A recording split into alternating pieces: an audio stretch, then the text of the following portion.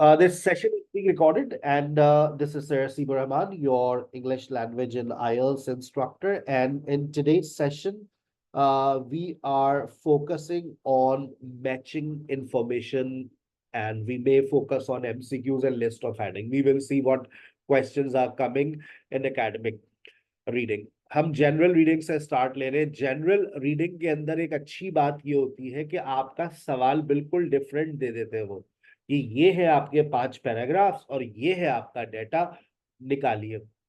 अच्छा, अब इसमें से डेटा को कैसे फाइंड करना है, इसकी टेक्निक को समझो। अब यहां पर देखो, जिन वर्ड्स को सर आइडेंटिफाई करेंगे, ढूंढेंगे, अब यहाँ पर कुछ वर्ड्स तो आपको सिमिलर नजर आ रहे हैं, इनको बिल्कुल इग्नोर कर देते हैं हम लोग। मैं जिन चीजों पर नजर रखता हूं वो है एडजेक्टिव्स, मैं जिन चीजों को देखता हूं वो है टेंसेस, और मैं हमेशा जो मैचिंग निकालता हूं वो कॉम्बिनेशन में निकालता हूं। मैं कोई एक वर्ड नहीं देखूंगा, मैं दो वर्ड्स देखूंगा, दो मैचिंग्स निकालूंगा। क्या मतलब सर? ये देखो, मैंने कहा डैश इंटरेस्टेड, ये मैंने एडजेक्टिव निकाल लिया। किस चीज में? The subject despite the way it is taught, बावजूद उस जैसे भी पढ़ाया जाता हो, but interested in subject. Hopping, किस चीज की उम्मीद है? इज होपिंग, प्रोग्रेसिव है, यहां पर प्रेजेंट प्रोग्रेसिव है, ऊपर प्रेजेंट सिंपल स्टेट है। मैं टेंस को भी नजर में रखता हूं। होपिंग क्या? Career that makes a use of the subject. Hoping, career, subject. Finds, present simple है। Harder, subject, harder. अब बताए हार्डर का वर्ड, अगर जो मेरी पुरानी वोकैबुलरी जिनके दिमाग में, लिखो अपने पास। जब अब हार्डर का वर्ड हमारे पास आता है ना, तो चैलेंजिंग का वर्ड आ जाता है, डिफिकल्ट का वर्ड हमारे पास आ जाता है। लिख लो, finds the subject harder, difficult, challenging than they expected. Entertaining, entertaining, entertaining। बताओ एंटरटेनिंग का दूसरा वर्ड तुम्हारे जहन में क्या आता है? बड़ी एंटरटेनमेंट होती है सर आपकी क्लास में ना, मस्ती होती है। एंटरटेनमेंट का दूसरा वर्ड तुम लोग क्या लेकर आओगे? वेरी गुड जैनब, छा गई आप। एंटरटेनमेंट का दूसरा वर्ड बाकी लोग, जैनब ने फट से बता दिया, ये एंजॉयमेंट, एंजॉइंग। और कोई दूसरा word? Joy, fun, very good. ठीक है ना? अपने पास की वोकैबुलरी लिख लिया करो। Entertainment, enjoyment, amusement, amuse, interactive. वो एंटरटेनमेंट में नहीं आता इंटरेक्टिव। चले आगे चलते। अप्रिशिएट्स, दोबारा प्रेजेंट सिंपल है। किस चीज को अप्रिशिएट्स कर रहे हैं? Benefit of doing challenging work, doing challenging work. Has realized, कौन सा टेंस है? Present perfect. Connection between two things. अच्छा देखो, जब भी, याद रखना, मेरी इस बात को नोट कर लो। Connection between two things, mention of an individual, two reasons, five diseases, two emotions. जब इस तरह की ये बातें लिखकर देगा ना, तो तुम्हें वहां पर वो दो चीजें बताएगा। यहाँ लिखा हुआ है कनेक्शन बिटवीन टू थिंग्स, हाँ, वो दो चीजें वहां पर तुम्हें बताएगा। ठीक है, अब आपने ये निकाल ली अपनी, इस तरह से आपने अपने डाटा को एक्सट्रैक्ट कर लिया। अब आप जा रहे हैं रीड करने। अच्छा, ये सारे काम के लिए तुम्हें मिलता है 1 मिनट। अब तुम्हारे पास है 6 मिनट। जब असाइनमेंट सॉल्व किया करो ना, उस पे स्कोर के साथ अपना टाइम भी लिखा करो, कि मैं ये कितनी देर में सॉल्व कर पा रही हूं या कर पा रहा हूं। ठीक है, चले। और मैं हमेशा, अच्छा कल भी एक सवाल था, आप जनरल से क्यों शुरू करते हैं? तो जो एकेडमिक वाले, उनसे मेरी विनती है, गुजारिश है, कि वो जनरल रीडिंग से स्टार्ट लें, ताकि उनको आसान से मुश्किल में जाने में कोई परेशानी ना हो। ये आसान लेवल है। अब अभी आप जाएंगे, अभी देखिएगा, हम 10 मिनट बाद एकेडमिक पे शिफ्ट हो जाएंगे। फिर आप देखिएगा, आप कहेंगे अरे यार, ये तो बड़ा, हमारा तो बड़ा मुश्किल लेवल आ गया। लेकिन अगर आपने इस बातों को समझ लिया ना, कि मैंने मैच वर्ड्स कैसे निकाले, तो आपके लिए वहां पे भी कोई मसला नहीं होगा। संडे देखो, हर जगह पर 2 डब्बे बनाए हुए, कहीं पर 3 भी बनाए हैं। तो ये दो डब्बे बनाना जरूरी होते हैं। एक वर्ड से आपको कभी भी डाटा फाइंड नहीं करना है, आप कंफ्यूज हो जाएंगे, आपकी गलतियां हो जाएगी। उसकी वजह बता रहा हूं। अब जो आपने वर्ड्स निकाले हैं जैसे इंटरेस्टेड, अब ये इंटरेस्टेड दो तीन जगह पर लिख कर देगा, उसके सिनोनिम्स भी दो तीन जगह पर लिख कर देगा। आप कहेंगे लो भाई ये तो इंटरेस्टेड है, लेकिन आपको पता है किस चीज में, सब्जेक्ट में। चलो आओ सर, यहाँ पर क्या किसी लेटर का इस्तेमाल एक से ज्यादा मर्तबा कर सकते हैं? अगर ये बात ना भी लिखी होती तो देखो, यहाँ पर है 5 पैराग्राफ्स और यहाँ पर है 6 स्टेटमेंट्स। खुद कॉमन सेंस यूज कर लेते तुम के कोई एक लेटर रिपीट होगा। लेकिन ऐसा भी हो सकता है कि दो लेटर्स रिपीट हो जाए और किसी एक पैराग्राफ से कोई भी डेटा आपको ना मिले, और फिर आप कहें कि नहीं भाई नहीं, यहां से तो हमें कुछ तो मिलेगा। तो ऐसा जरूरी नहीं होता कि आपको कुछ मिले। ठीक है ना? चलिए आगे चलते हैं। Let's start. I am studying Spanish because it's important to learn foreign languages, and I am very pleased where I can watch a video in class and understand it. Mr. Peckham really pushes us and offers us extra assignments. अच्छा अब देखो, तुम्हारे जहन में present simple आ रहा है, तुम्हारे जहन में सारे वर्ड्स आ रहे हैं। जो चीज आपके लिए एक्स्ट्रा होती है, एक्स्ट्रा असाइनमेंट्स, प्रेजेंट सिंपल है, और फिर वो कहता है extra assignments to help us to improve, that's good for me, because otherwise I would be quite lazy. और वो मतलब ये मेरे लिए अच्छा है। तो इस चीज को उसने अच्छा कहा। जिस चीज को आप अच्छा कहते हैं उस चीज की आप क्या करते हैं? जिस चीज को आप अच्छा कहते हैं उस चीज को आप क्या करते हैं? ये बड़ी अच्छी बात है भाई। आई रियली, तारीफ, वेरी गुड फातिमा, जबरदस्त, प्रेज। अब पहुंचो, तारीफ और प्रेज, अप्रिशिएट। और वहां देखो प्रेजेंट सिंपल, देखो मैंने तुम्हें कहां से पहुंचाया है, यहाँ पर ये जो एस और ईएस लगे हुए होते हैं ना, ऑफर्स, अप्रिशिएट्स, तुम इधर से पहुंच गए, अप्रिशिएट्स। और the benefit of doing challenging work, work is equal to assignment, लिख लो अपने पास, work is equal to assignment, work is equal to task, work is equal to assignment, work is equal to task. सही है? चलिए अब आपने इसका जवाब क्या लिख दिया? A, matching information. ठीक है, चलिए आगे चलिए। अब वो कहता है history is my favourite subject and it's fascinating. अच्छा अब देखो यहां ये कंफ्यूजन होती है। Fascinating is equal to, fascinating is equal to interested, interesting, fascinating. लेकिन देखो किस चीज, interested in the subject despite the way it is taught. हमें दूसरी बात भी ढूंढनी है, to see how what we learn about the past is relevant to what's going on in the world now. It has made me understand। अच्छा देखो यहाँ क्या लिखा हुआ है, ये इट्स लिखा हुआ है, लेकिन ये अगर टेंस पहचानो ये क्या है, और इस पूरे सेंटेंस का मतलब बताओ तुम्हारे कहाँ से मैच हो रहा है। It has made me understand, जाओ देखो प्रेजेंट परफेक्ट तलाश करो। It has made me understand, इससे मुझे समझ आया है। जो चीज मुझे समझ आई है, अच्छा मुझे समझ आया है, मुझे क्या समझ आया है? Much more about politics, history. History is my favourite subject and it's fascinating to see how what we learn about the past is relevant to what's going on in the world now. It has made me understand much more about politics. Politics and history are two things. It has made me understand present perfect, present perfect। तुम लोग tips and tricks पे चला करो। और ये दो चीजें आ गई, हिस्ट्री और पॉलिटिक्स, ये वो दो चीजें। तुम्हारा जवाब क्या लिख दिया तुमने? Sir this is B. For instance my plan is to study history at university. आप लोगों के जो प्लान्स होते हैं वो बेसिकली क्या होते हैं? जो पढ़ाई पढ़ने लिखने के प्लान्स होते हैं, आप लोग उसको दूसरे अल्फाजों में क्या कहते हैं? जो आपके plan, my plan is to study history at university and maybe go into the diplomatic service, and maybe go into the diplomatic service, I can apply a knowledge of history there.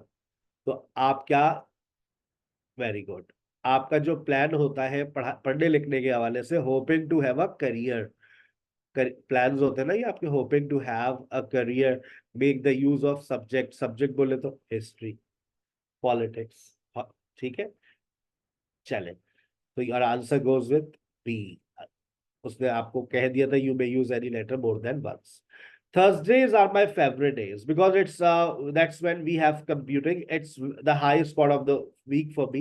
I love learning how to program. I began when I was about 8. When I started doing it at school, I didn't think I would have any problem. अब बताओ, अब देखो मेरे words याद रखा करो। मैंने आपको अभी एक वर्ड याद करवाया था, हार्डर। हार्डर से आप लोग ने कौन से वर्ड्स याद किए थे? Difficult.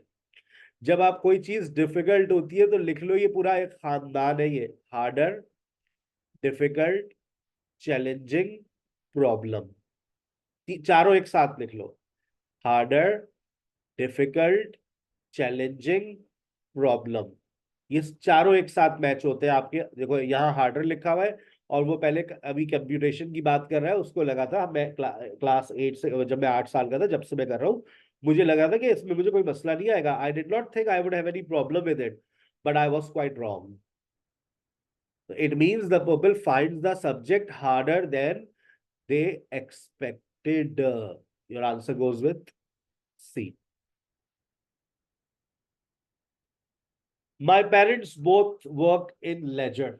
My parents both work in leisure and tourism, and they have always talked about their work a lot at home. I find it fascinating. ये भी fascinating है। अब तुम्हारा शक कहाँ जा रहा है? अब दोबारा तुम्हारा शक किधर जा रहा है?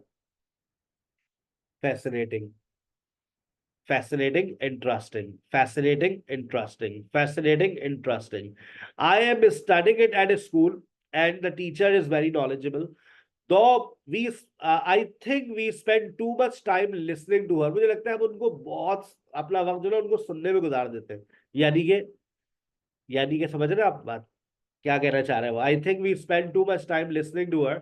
लेकिन कोई बात नहीं, I would like to meet more people working in the sector and learn from their experience.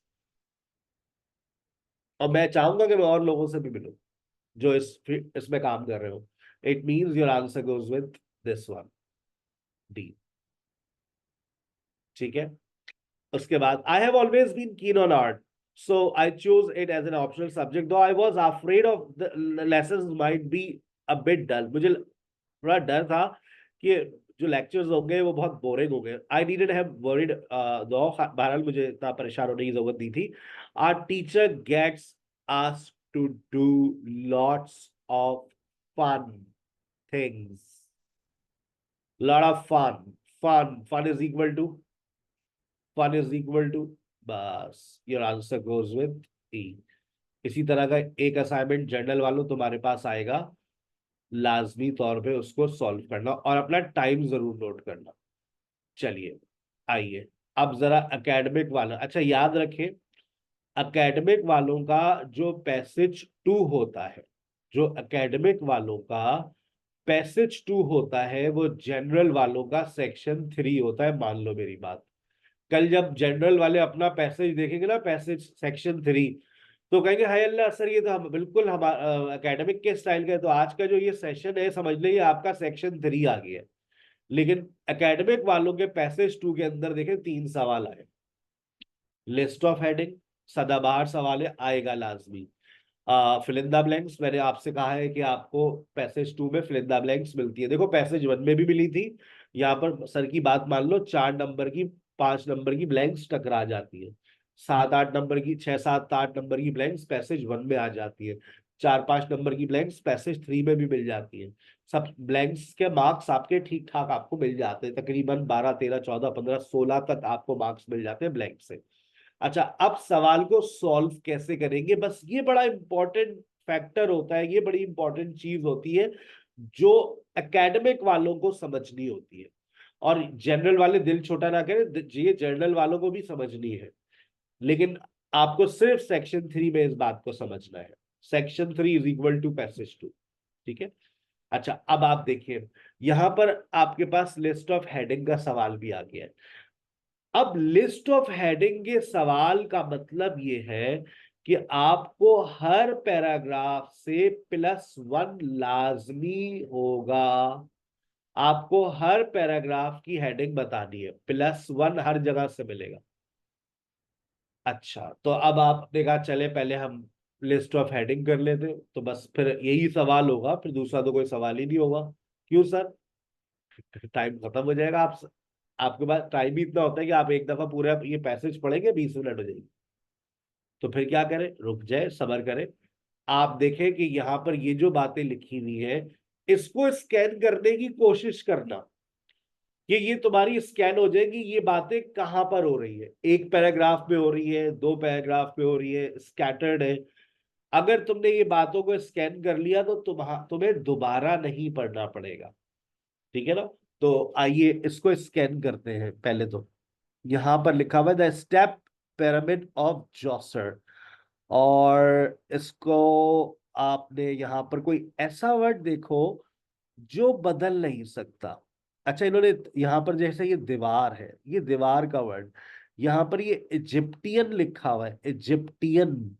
ये जो दो वर्ड्स है ना, ये बदलना मुश्किल है, इनका पैराफ्रेज नहीं हो सकता। बाकी जो इतने वर्ड्स हैं, देखो यहाँ पे भी दोबारा ये वॉल आ गई है, तो तुम्हें देखो कहीं पर इजिप्टियन नजर आ रहा है इस सफे के ऊपर, इजिप्ट या इजिप्टियन, इजिप्ट या इजिप्टियन। ये इजिप्टियन मुझे यहां एक मिला, और देखो ऊपर कहीं पर इजिप्ट नजर आ रहा है, यहां पर मिला। और देखो यहां पर मैनी बिल्डिंग्स और अदर, मैनी बिल्डिंग्स, तो मैं बिल्डिंग्स का वर्ड भी अगर मिल जाए, फिर मुझे देखो यहाँ पर, इधर देखो यहाँ पर वॉल भी मिल गया, यहाँ पर ये वॉल भी मिल रही है। फिर इन्होंने ये लिविंग क्वार्टर्स भी बोल दिया। तो ये जो लिविंग क्वार्टर्स होता है, ये तो एकोमोडेशंस होती है, ये तो एकोमोडेशंस होती है। लिविंग क्वार्टर्स जो होती है वो रहने की जगह होती है ना, क्वार्टर तो समझते हो ना तुम लोग, क्वार्टर। ठीक है ना? यानी कि आपको ये वाला जो डेटा है वो कहाँ मिल रहा है, डी के अंदर मिल रहा है। इजिप्ट भी मिल रहा है, देखो इजिप्ट भी मिल रहा है, वॉल भी मिल रहा है, लिविंग क्वार्टर्स भी मिल रहा है। यानी कि आपको, और फिर ये यहाँ पर लिखा हुआ है रियल एंट्रेंस, तो real entrance, real real real, real entrance, true opening, real is equal to true. आप इसको अपने मोबाइल फोन के ऊपर 2 उंगलियां रख के जूम कर ले बेटा, 2 उंगलियां रखिए मोबाइल पे, और इसको जूम कर ले, और मोबाइल को लैंडस्केप कर ले। अगर आप मोबाइल को सीधा रखेंगी तो नहीं दिखेगा, और कोशिश करें कि इसको टैबलेट या मोबाइल लैपटॉप या की स्क्रीन पर ले। दिस, ठीक है ना? ये आपको हर सवाल पेपर में इस तरह से मिलेगा, हर सवाल में इसी तरह से आता है पेपर में, लिस्ट ऑफ हेडिंग उसके साथ एक सवाल। लेकिन देखो अभी अभी जल्दी नहीं करना। देखो अगर अगर तुमने 4 नंबर के लिए किया तो अभी नहीं। अब स्टाइल ऑफ रीडिंग समझो, मैंने स्कैनिंग कर ली, अब मैंने इस चीज को ढूंढना नहीं होता। ये एक सवाल आता है, which two of the following point does the writer make about king Djoser, वो कौन सी 2 बातें हैं जो राइटर जॉसर के बारे में करता है। अच्छा, ये जो सवाल है ना, इसका जवाब जब आप पूरा पैराग्राफ कर लेंगे, अपना पैसेज कर लेंगे, पढ़ लेंगे, आखिर में आकर देंगे। इस सवाल को ढूंढने का नहीं, बस इसके स्टेटमेंट को पढ़ के जहन में रखना है। जहां तुम ये जहां जहां तुम पढ़ रहे हो, ये जहन में तुम्हारी बात रहे कि किंग जॉसर के बारे में राइटर ने क्या बात करी है। ठीक है? अच्छा, अब आ जाइए सर, शुरू करें। अरे रुक जाओ भाई, हमने पहला काम क्या किया, हमने अपनी ब्लैंक्स को स्कैन किया। दूसरा काम क्या किया, हमने अपने स्टेटमेंट को पढ़ा। ठीक है? मैंने आपसे कहा ना इसकी ट्रिक क्या थी, मैंने इस स्टेट में इसको पढ़ा और इसके अंदर जो कीवर्ड्स थे मैंने इजिप्टियन को पढ़ा और वॉल को पढ़ा। मैंने दो वर्ड्स ऐसे पढ़े जो पैराफ्रेज नहीं हो सकते, बाकी जितने वर्ड्स हैं लिखे हुए वो पैराफ्रेज हो रहे हैं। जैसे देखो एकोमोडेशन पैराफ्रेज हो गया, अब तुम एकोमोडेशन ढूंढने बैठ जाते। तो वर्ड प्रॉपर नाउन देखा करो या कोई ऐसा कॉमन नाउन देखो जिसका कोई रिप्लेसमेंट नहीं होगा। भाई दीवार का कोई रिप्लेसमेंट नहीं है, वॉल। एंट्रेंसेस बिल्कुल है, उसने एंट्रेंस को ओपनिंग बनाकर लिख दिया, उसने रियल को ट्रू कर दिया, लेकिन उसने दीवार को नहीं बदला। तो मैंने अपने वर्ड्स को स्कैन कर लिया, वो मुझे मिल गए। ठीक है, तो सब अब आपने कहा चलो मैं पहले ये सॉल्व कर लूं, नहीं, डोंट वेस्ट योर टाइम। आपको पता है आपको ये ब्लैंक्स तो मिल ही जाएंगी, आपको टेंशन नहीं लेनी है। आपको अब क्या करना है, अब आप जा रही है लिस्ट ऑफ हेडिंग की तरफ। अब आप इससे पहले के स्टेटमेंट सारे पैराग्राफ्स को पढ़ना शुरू करें। अब आप पहले लिस्ट ऑफ हेडिंग्स को पढ़ेंगे। लिस्ट ऑफ हेडिंग्स क्या कह रही है, आइए। List of headings are actually your main ideas. अब आपको एक बात तो समझ आ गई है कि मुझे इन तीनों का सिर्फ एक नंबर मिलने वाला है। लिस्ट ऑफ हेडिंग का ही नंबर मिलेगा ना, और अगर किस्मत अच्छी हुई किंग जोसर के बारे में कोई बात लिखी हुई तो वो भी हमें मिल जाए शायद। लेकिन वो क्योंकि सबसे आखिर में क्वेश्चन है तो हो सकता है वो बात हमें ई एफ और जी में मिल जाए। लेकिन यहां से हमारी प्रिडिक्शन ये कि हमें एक नंबर के लिए हमें ये पढ़ना है। लेकिन देखो पढ़ेंगे कैसे, पहले पढ़ो सारी लिस्ट ऑफ हेडिंग्स। बच्चा करता है गलत काम, वो पढ़ना शुरू करता है पहले पैराग्राफ, जी नहीं, जैसा गाइड कर रहा हूं वैसा करें। आप पहले अपनी सारी हेडिंग्स को पढ़े, the area and artifacts within the pyramid itself, a difficult task. अब तुम्हें डिफिकल्ट की वोकैबुलरी याद करा दी है ना, याद रखना। अ difficult task for those involved, a king who saved his people, a single certainty among other less definite facts। Single की जगह कोई बहुत दूसरे वर्ड्स ला सकते हो, सिंगल की जगह सिंगल, सिंगल, सिंगल की जगह कोई दूसरा वर्ड आ सकता है आपके दिमाग में आ रहा है? सिंगल किसे कहते हैं? I am single.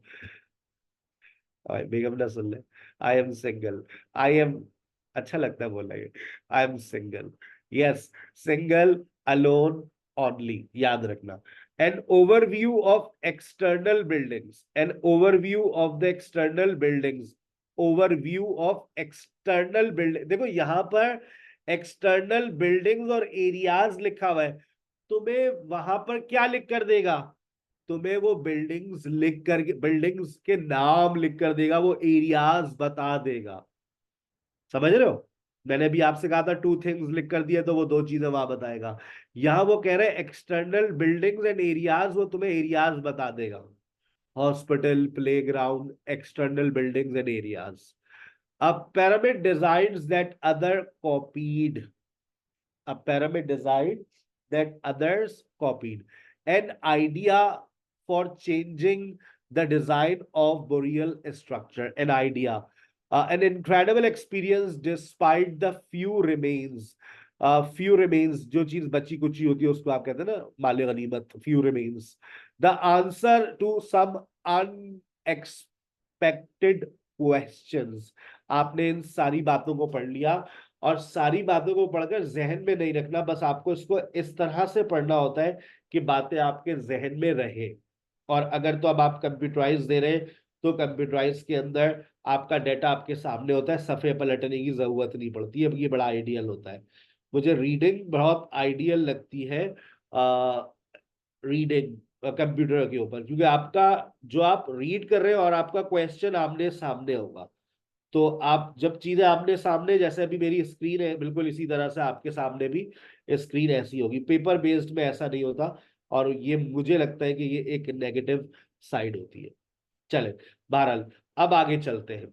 अब आपने लिस्ट ऑफ हेडिंग्स को पढ़ लिया, आपको पता है डी से मैंने पांचवा मारना है, चार ब्लैंक्स है वहां के ऊपर, वहां पर, और एक नंबर का लिस्ट ऑफ हेडिंग का मिलेगा। वो जो दो नंबर एमसीक्यूज के है उसको ढूंढने का नहीं है, वो खुद ब खुद तुम्हारी झोली में आ जाए तो उसको गनीमत जान लेना। वरना वो 2 नंबर के लिए परेशान मत होना। ठीक है, आ गई बात समझ? चलिए, असल में देखिए ये होता है कि आप हर सवाल को सॉल्व करने की कोशिश कर रहे होते हैं। मैंने बता दिया, एमसीक्यूज विद 2 पॉसिबल आंसर्स की तलाश नहीं की जाती है। अगर मिल जाए तो जवाब लगा देना, समझ आए तो अच्छी बात है, नहीं समझ आ रहा लगाओ तुक्का। 2 नंबर का तुक्का लगाने की तुम्हें इजाजत दे दी है मैंने। कहाँ पर? लेकिन ये मत करना कि तुम उसके लिए अपने 5 मिनट बर्बाद कर दो, जिसके लिए सिर्फ तुम्हें 2 मिनट दिए। एक बात याद रखो, जो तुम्हारे मार्क्स की कैलकुलेशन है ना, तुम्हारे एक पैराग्राफ एक पैसेज तुम्हें 13 नंबर देता है या 14 नंबर देता है, तो तुम्हें 15 मिनट से ज्यादा एक सवाल पर नहीं लगाने। इस मैकेनिज्म को जहन में सेट कर लेना पेपर सॉल्व करते वक्त, कि अब तुम उसे ढूंढे ही जा रहे हो, बस 1 मिनट मिलता है आपको। कि बस अब जैसे अब देखो पैराग्राफ ए है, तुम चाहो तो अपना स्टॉप टाइमर चला लो। अब तुम जब पैराग्राफ ए पढ़ रहे हो ना, तुम्हें 1 मिनट में जवाब देना है। The pyramids are the most famous monuments of the ancient and still hold enormous interest for people in the present day. These grand, impressive tributes to the memory of the Egyptian kings have become linked with the country, even though other cultures, such as Chinese and Mayan, also built pyramids. The evaluation of pyramids has been written and argued for centuries. However, there is no question as far as Egypt is concerned. It began with one monument to one king designed by one brilliant architect. आपने अभी list of headings में जब आप काम कर रहे थे, आपने हर वर्ड के सिनोनिम्स पकड़ते हुए जा रहे थे। जैसे मैंने कहा था डिफिकल्ट, मैंने आपसे कहा था एक्सटर्नल बिल्डिंग्स और एरियाज, वो आपको बताएगा। इसी तरह से देखो, मैंने कहां पर वो कौन सी बात आपसे पूछी थी जिसके बारे में आपने कहा था इसका मतलब सर ये। बताओ किसके साथ जाओगे? तुम्हें कीवर्ड मिल गया है और उस कीवर्ड का पैराफ्रेज। Fatima very good. बाकी लोग, जब आप लिस्ट ऑफ हेडिंग्स को निकालते हैं तो बस इसी बात को आप अपने जहन में रखते हैं कि जो आप बातें, very good, another one, another Fatima, सारी फातिमा जहीन चल रही है। मैंने अभी आपसे कहा था सिंगल का मतलब क्या है। Single certainty among other less definite facts. तो जब उसने सिंगल का वर्ड इस्तेमाल किया था तो मैंने कहा था अपने सिनोनिम्स जनरेट करो। Single, single, single, single. और उसने ये बात, जब आप इस पूरी बात को पढ़ते हैं और समझते हैं तो यही वो कह रहा है, इसमें कोई शक की बात नहीं है। There is no question as far as Egypt is concerned. It began with one monument to one king, designed by one brilliant architect, the step pyramid of Djoser at Sakra, a single certainty among other less definite facts. इसमें और कुछ मिलने वाला है? कुछ भी नहीं मिलने वाला। चलो आगे। जॉसर वॉज द फर्स्ट किंग। अब देखो किंग के बारे में राइटर क्या बातें कर रहा है, जरा तवज्जो से पढ़ते हुए भी जाना। सर अब देखो, सर आज भी थॉरो रीडिंग कर रहे हैं, सर कहीं डंडी नहीं मार रहे। क्यों? क्योंकि सर को 9 बैंड लेने हैं, और 9 बैंड जब आएंगे जब मैं अपने वो 2 MCQs का जवाब भी जमा कराऊंगा। Djoser was the first king of the third dynasty of the Egypt and the first to build in stone. Prior to Djoser reign, इससे पहले के Djoser से पहले tombs were rectangular monument made by dried clay brick which covered underground passages where the deceased person was buried. For reasons, कुछ वजूहात की वजह से, समझ नहीं आती वो वजूहात क्या थी, which remain unclear, Djoser's main official whose name was dash conceived of a building taller, more impressive tomb for his king by stacking stone slabs on top of one another, progressively making them smaller to form the shape known as the step pyramid. आपने इन बातों को पढ़ा तो बताएं इसमें आपको किस एक चीज की बात होती भी नजर आ रही है, किसी चीज में तब्दीली नजर आ रही है, लेकिन उस तब्दीली की वजूहात हमें नहीं पता, for reasons which remain unclear. वो जो जॉसर का एक ऑफिशियल था, उसने इस बिल्डिंग को थोड़ा सा और ऊंचा करने का कहा, मशवरा दिया। क्यों? अब आप सोचे ये हो क्या रहा है। और वहां पर ऊपर एक बात लिखी थी, where the deceased person was buried, जहां पर मुर्दे दफनाए जाते थे। Very good. देखो समझ आएगी ना, तो then you will be able to answer an idea for changing the design of burial structures. ठीक है। The step pyramid has been thoroughly examined and investigated over the last century. It is known that the building process went through many different stages. Historians comment on his writing, much experimentation was involved, which is especially clear in the construction of the pyramid in the center of the complex. It had several plans before it became the first step pyramid in history, piling six levels on top of another. The weight of the enormous was a challenge for the builders. Ponjo was a challenge for the builders. Was the challenge for the builders. Socho, Fatma, socho. Very good, Monzama. Very good, Bisma. Fatma, very good. Sabine, very good. देखो words याद रखो, vocabulary याद रखो। Challenge for the builders, builders कौन है? बनाने वाले। अ difficult task for those involve, वो जो इसमें इन्वॉल्व थे बिल्डर्स जो थे। और चैलेंज मैंने आपको वर्ड याद करवाया, चैलेंज, हर्डर, डिफिकल्ट, प्रॉब्लम, सब एक ही खानदान के। आपको अपने 3 नंबर मिल गए, आपको 3 मिनट से ज्यादा इसमें बर्बाद करने नहीं थे। अपनी जब प्रैक्टिस किया करो तो अपने साथ इसी तरह से स्टॉप वॉच रखा करो, देखा करो तुम इतनी देर में कर पा रहे हो या नहीं कर पा रहे, या 3 मिनट के बजाय तुम्हें 6 मिनट लग रहे हैं। अब तुम्हें पता है यहां से तुम्हें पांचवा मारना है, तुम्हें फिल इन द ब्लैंक्स को भी करना है, और तुम्हें लिस्ट ऑफ हेडिंग भी बतानी है। चले हम फिल इन द ब्लैंक्स को सॉल्व करते हैं, और उसके बाद आप लिस्ट ऑफ हेडिंग बताएंगे, ठीक है ना। When finally completed, the step pyramid rose 62 meters high and was the tallest structures of its time. The complex in which it was built was the size of a city in ancient Egypt. Egypt तक मैंने पढ़ा। क्या बताओ, मैंने आपको एक analogy याद करवाई है। एनालॉजी का मतलब होता है सिमिलर वर्ड्स। साइज की एनालॉजी क्या है? जब साइज का वर्ड आता है तो तुम्हारे जहन में क्या आता है? स्मॉल लिख लो, साइज, स्मॉल लिख लो, स्मॉल, लार्ज, बिग, मीडियम। जब साइज का वर्ड आएगा तो देखो वहां पर उन्होंने यहां साइज लिखा हुआ है, साइज, और वहां पर देखो क्या लिखा हुआ है, बिग।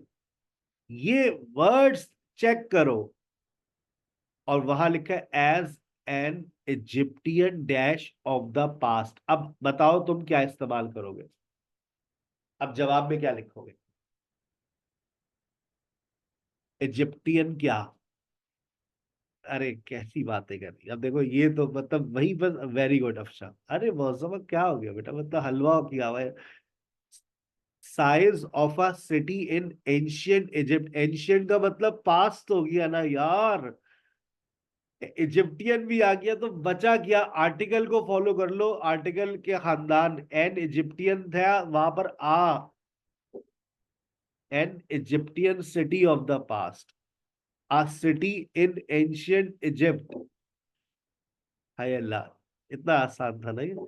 अच्छा, the area outside the pyramid, याद आ रहा है कुछ? कोई लिस्ट ऑफ हेडिंग याद आ रही है? कुछ लिस्ट ऑफ हेडिंग याद आ रही है? The area outside the pyramid included accommodation. बताओ वो एकोमोडेशन किसके लिए थी? एकोमोडेशन का वर्ड किससे मैच किया था हमने? Temple, courtyard, shrines, living quarters. किसके लिए थे living quarters? accommodation that was occupied by, किसके लिए थे? Very good.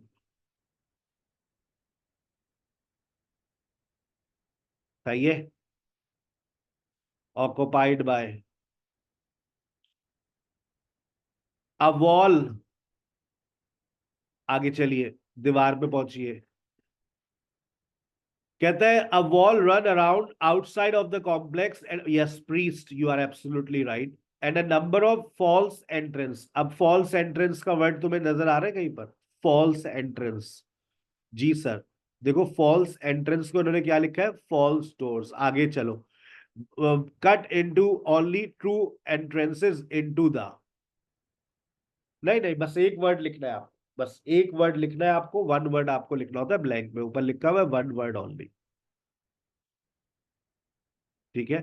अच्छा, अब यहां पर लिखा है इन एडिशन।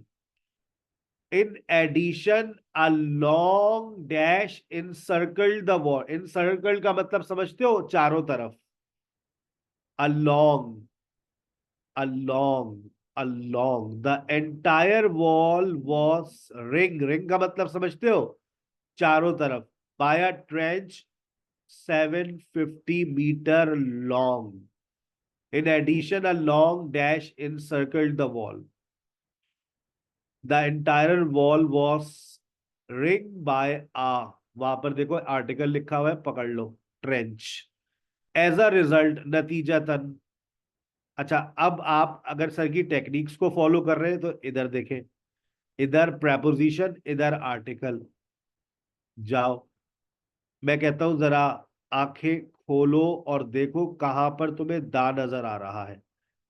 कहां कहां तुम्हें दा नजर आ रहे हैं? तुम मान लोगे सर को।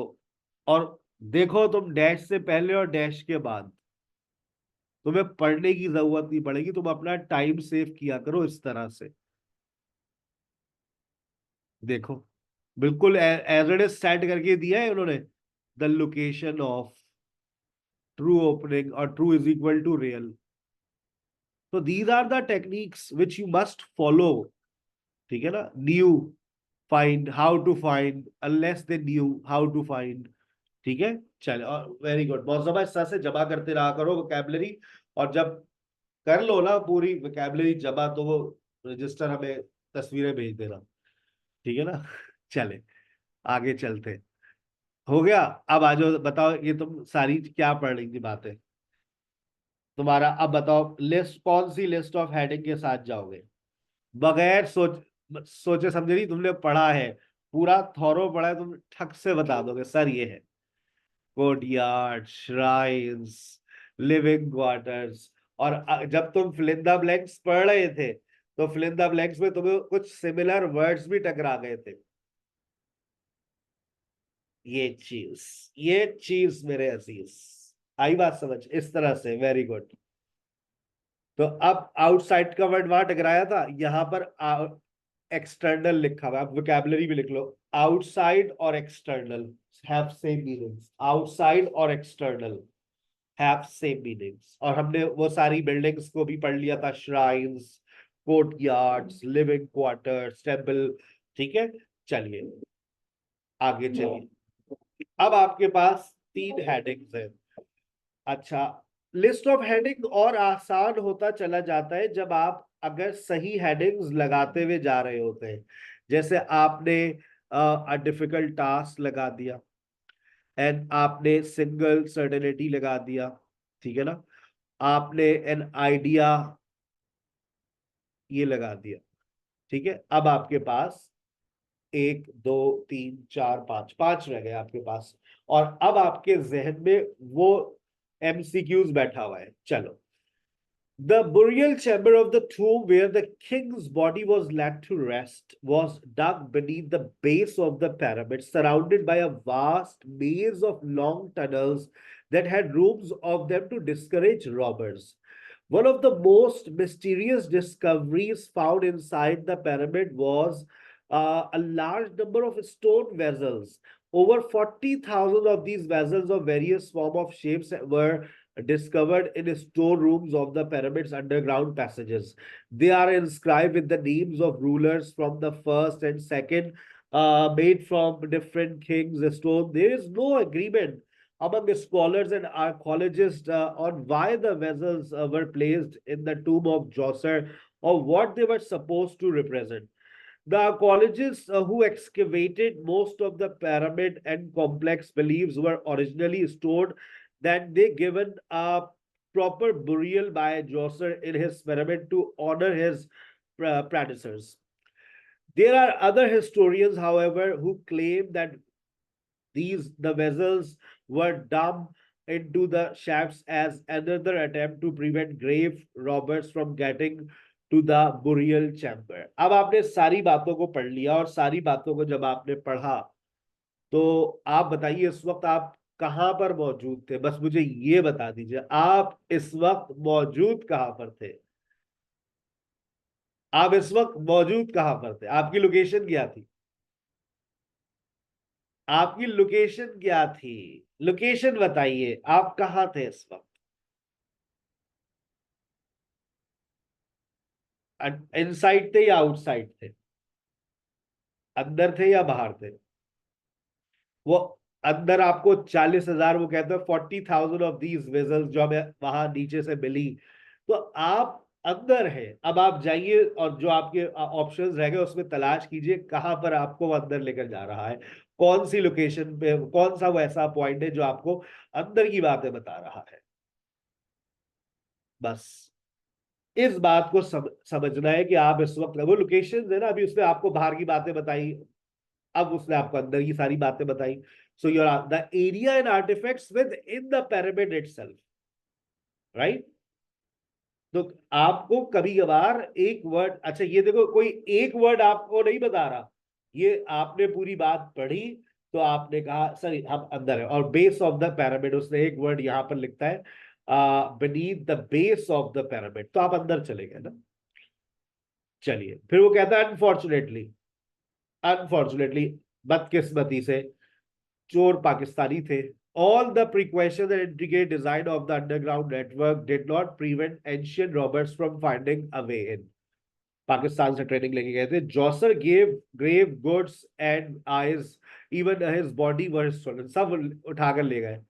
At some point in the past, and all archaeologists found were a small number of valuables overlooked by thieves. और कुछ चीजें छोड़ दी जो बेकार सी थी उनकी नजर में। बताओ ये क्या है? कुछ चीजें छोड़ दी उन्होंने जो उनको बेकार सी लगी, वो छोड़ के चले गए। तो ये बचा कुचा सामान जो आपको मिल रहा है, यानी कि द फ्यू रिमेन्स। सही है। अच्छा, अब वो कहता है few monuments hold a place in human history as significant as that of Step Pyramid in Sakra. It can be said without exaggeration that this pyramid complex constitutes a milestone. Without exaggeration, this complex a milestone in the evaluation of the monumental stone architecture in Egypt and in the world as a whole. The step pyramid was a revolutionary advance in architecture and became the archetype which all other great pyramid builders of Egypt would follow. Would follow आती है, अंग्रेजी आती है। would follow का मतलब follow किया करते थे, कि इस डिजाइन को फॉलो किया करते थे। तो इसका मतलब है इस डिजाइन को builders of Egypt would follow. This one goes with, this one goes with. ठीक है भाई, चले। अब आप जा रहे हैं अपने एमसीक्यूज पर। अच्छा, पेपर में भी यही स्टाइल रखना। अब आप लोग मुझे बताएंगे आपके मुताबिक कौन सी वो दो बातें हैं जो आप कहते हैं कि sir I will go with these two things, मैंने इन दो बातों को पढ़ा। कहा गया?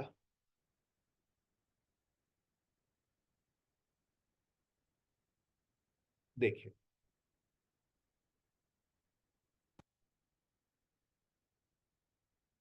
write the correct letter.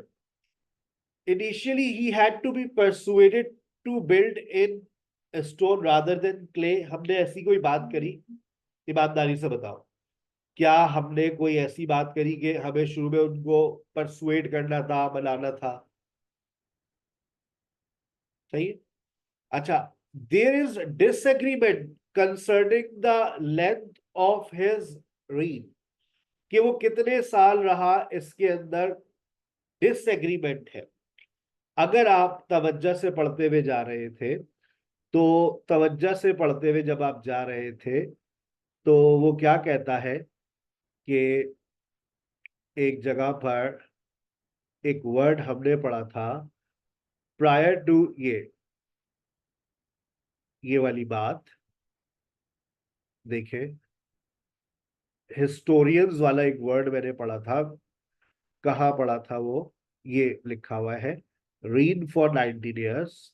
Chaucer is thought to have reigned for 19 years, but some historians and scholars attribute to much longer time for his rule. मैंने आपसे कहा था किंग जॉसर के बारे में बात हो रही है, तवज्जो से पढ़े। अगर तवज्जो से पढ़ते हुए जाते तो आपके जहन में ये बात क्लिक करती। तो कुछ लोग कह रहे हैं ये 19 साल रहे, कुछ लोगों ने कहा इतने साल रहे। सो आपकी बात किससे मैच हुई? There is disagreement concerning the length of reign. अगला देखिए, he failed to appreciate part in the design of the step pyramid. ऐसी को तो कोई बात नहीं है कि वो फेल हो गया। a few of his possessions a few of his possessions were still in his tomb when our college was founded. ये वाली बात थी, हमने पढ़ी आप लोगों ने कहीं दूर दूर तक? ईमानदारी से बताना। आखिर में जो कुछ चीजें बची, कुछ ही चीजें मिली थी, कुछ चीजें मिली उनको। a few of his possessions were still in the tomb. जो जो चोर चक्के छोड़ गए थे, बेमकसद समझ के, ये बेकार सी चीजें। ठीक है ना? ठीक है ना बेटा? D, B and D. He fail to appreciate वाली बात तो है ही नहीं ना। ही क्रिटिसाइज, कहीं पर क्रिटिसिज्म नहीं है। ठीक है, बी एंड डी। बिल्कुल इसी टाइप का आज मैं आपको एक असाइनमेंट दूंगा, आप उसको फॉलो कीजिएगा।